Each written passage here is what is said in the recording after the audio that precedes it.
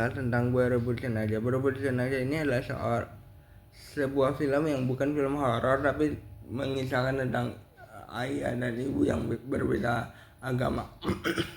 Ketika Naomi meninggal, Naomi ini adalah seorang idol yang ayahnya seorang muslim dari Indonesia dan ibunya seorang Buddhis dari Jepang. Nah, si Naomi ini terbiasa hidup di dua agama itu. Pada saat Naomi ini meninggal, ayahnya kekeh bahwa Naomi adalah seorang muslim. Dan ibunya kekeh Naomi sering ikut di kuil, so dia harus disemayamkan secara Buddhis. Nah, si Naomi ini sebenarnya awalnya adalah seorang yang memang tahu betul soal muslim itu seperti apa. Maksudnya gini, ketika walaupun dia hidup di Jepang, ayahnya ini kan meninggalkan ibunya karena merasa bahwa dia kekurangan atau merasa kesulitan lah dalam beribadah sebagai orang muslim di Jepang, dan ibunya tidak setuju untuk tinggal di Indonesia. Nah, pisah begitu aja. Itulah konflik di awalnya. Ketika ayahnya berpisah dengan ibunya tahu betul bahwa dia ikut atau si Naomi ini ikut ke kuil untuk menyembah sesuai dengan ajaran yang ada di Buddhis. Nah, si Naomi ini sebenarnya tahu betul tentang Islam. Maksudnya dengan didikan ayahnya itu sebenarnya dia lebih tepatnya mencintai atau lebih into Islam, tapi dia di sisi lain benci dengan ayahnya. Bukan benci agamanya ya, benci ayahnya karena ayahnya dengan begitu mudah meninggalkan sang ibu dan menikah lagi dengan begitu cepat. Nah, si Naomi ini ayahnya meyakini bahwa dia lebih into ke Islam karena si Naomi ini masih mengucapkan Lebaran secara fasih ya, dan melakukan ajaran-ajaran yang diajarkan ayahnya dari kecil sebagai seorang muslim dengan fasihnya. Sebelumnya aku mau minta maaf dulu, aku bukan seorang muslim atau seorang Buddhis. So kalau ada di beberapa hal, saya minta maaf, salam toleransi. Tapi tanpa ayahnya ketahui, sebenarnya Naomi ini belajar tentang muslim atau budaya yang diajarkan ayahnya mendalam itu ketika dia bersama dengan Kenjiro, seorang Indonesian Japan, half Indonesian half Japan, yang beragama muslim. Segitunya dia memperdalam muslim sebagai orang yang tinggal di Jepang. Pergaulannya tetap oke, tapi tetap tahu bagaimana beradab sebagai seorang muslim gitu ya.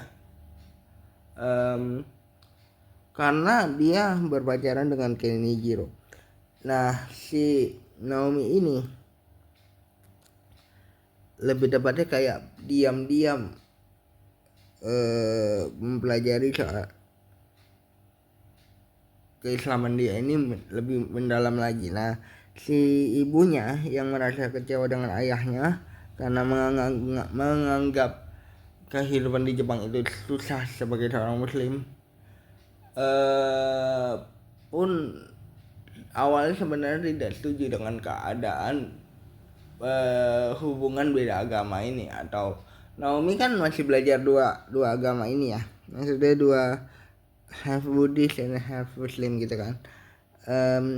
Dengan pengalaman ibunya yang pernah menikah dengan berbeda agama, ibunya ini kayak ragu nih apakah nantinya Naomi akan mengalami hal yang sama dengan dirinya ketika harus berpacaran dengan seorang muslim, atau malah akan jauh lebih baik. Tapi ibunya cenderung tidak merestui hal tersebut karena tahu kesulitan ayahnya yang beribadah di Jepang sebagai seorang muslim gitu ya. Nah, ini pelajarannya adalah pernikahan ini bukan suatu hal yang mudah. Pernikahan ini adalah suatu hal yang harus benar-benar dipikirkan buat aku. Apalagi pernikahan beda agama ini. Artinya di dua arah yang berbeda, satu anak dalam pernikahan ini ya, harus berada di persimpangan menurutku. Mungkin bisa di apa namanya, diajarkan kedua agama yang kalau dalam hal ini Muslim dan juga Buddhis gitu ya, atau Kristen dan juga Islam, atau apa namanya, atau Buddhis dan juga ya pokoknya antara dua agama yang berbeda lah.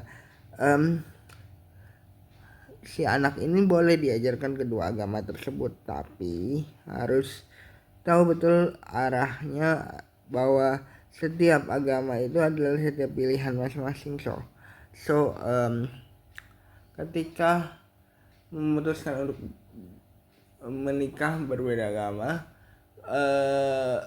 kalian harus menerima betul kesulitan-kesulitan yang mungkin harus dihadapi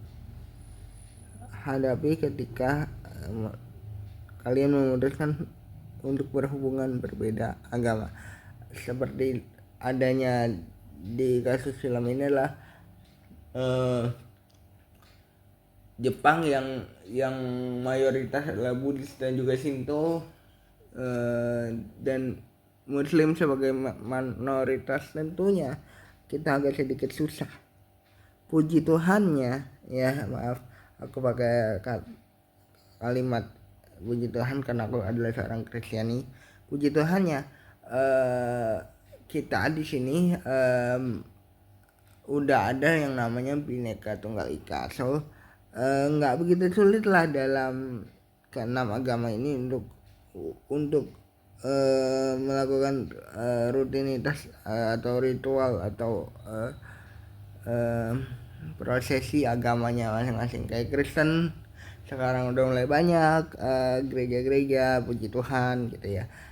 Kalau Buddhis juga di beberapa kota, bahkan di seluruh Indonesia juga udah mulai banyak. Muslim adalah seorang minoritas, seharusnya gampang ya di sini ya.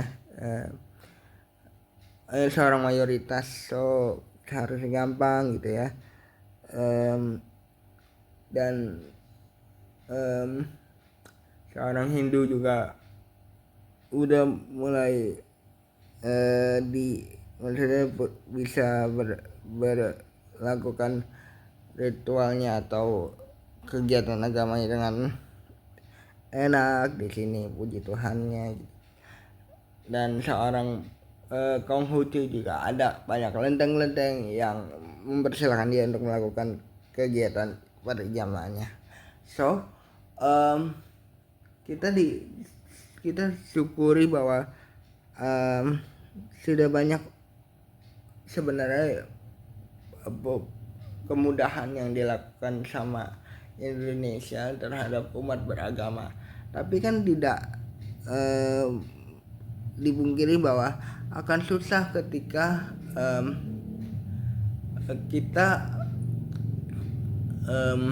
menikah dengan tujuan yang berbeda. Dalam hal ini tentang spiritual gitu ya. Ketika berada dalam persimpangan, tujuannya berbeda, tentunya akan jauh lebih sulit. Nah, itu harus dipikirkan matang-matang. Kayak yang terjadi di film ini adalah sebenarnya kekhawatiran sang ibu yang akhirnya mengalah karena dia tahu bahwa anaknya lebih into ke muslim, lebih khusyuk, lebih taat ke muslim gitu ya daripada ke agamanya. Di awalnya sempat ragu kalau anaknya ini harus menikah dengan atau harus berhubungan dengan Genjiro yang beragama juga muslim.